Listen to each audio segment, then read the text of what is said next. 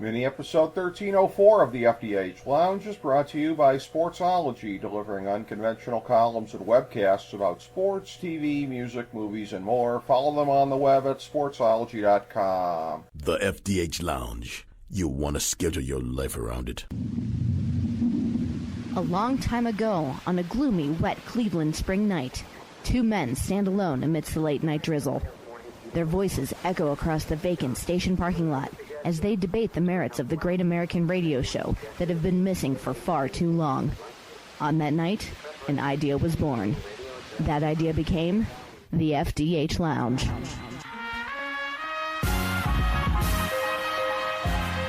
Welcome to the FDH Lounge. Hello and welcome to FDH Lounge Mini Episode 1304. I'm FDH Managing Partner Rick Morris here with our weekly preview of Fargo Season 4. Here's our top 5 notes of interest heading into Episode 4.9. Number 5, Fargo comes to KC.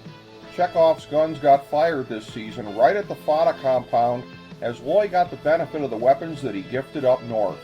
The attack was actually much like the one from Season 2 of Fargo, launched ironically from Kansas City. Ah, crime in the circle of life.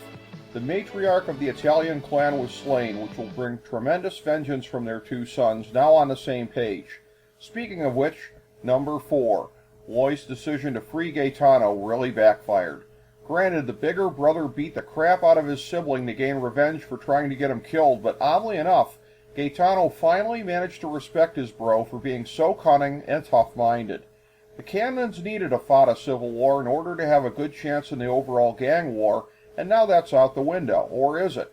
Seems like the Fada Consigliere may not be so sure. Stay tuned. Number 3.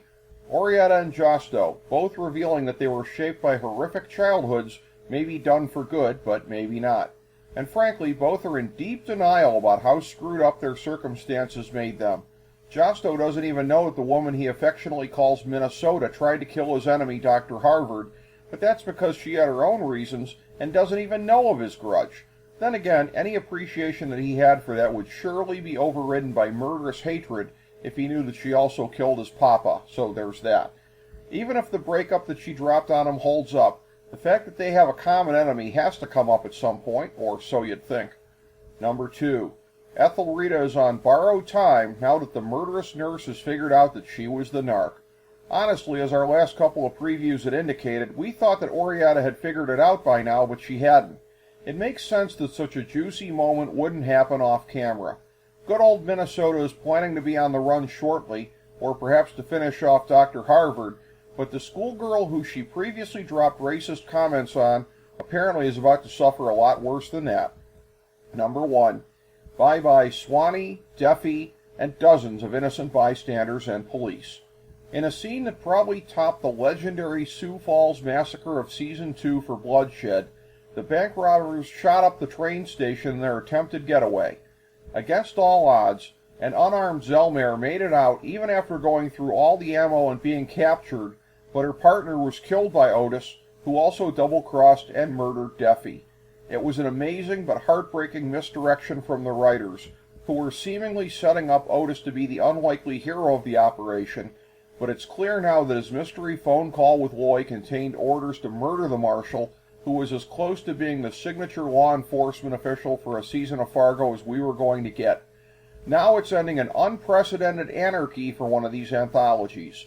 A dirty cop, 2 warring crime families, a vengeful bank robber on the run, a crazy nurse circling an unaware schoolgirl, and, oh, by the way, Rabbi Milligan and the youngest cannon boy in hiding.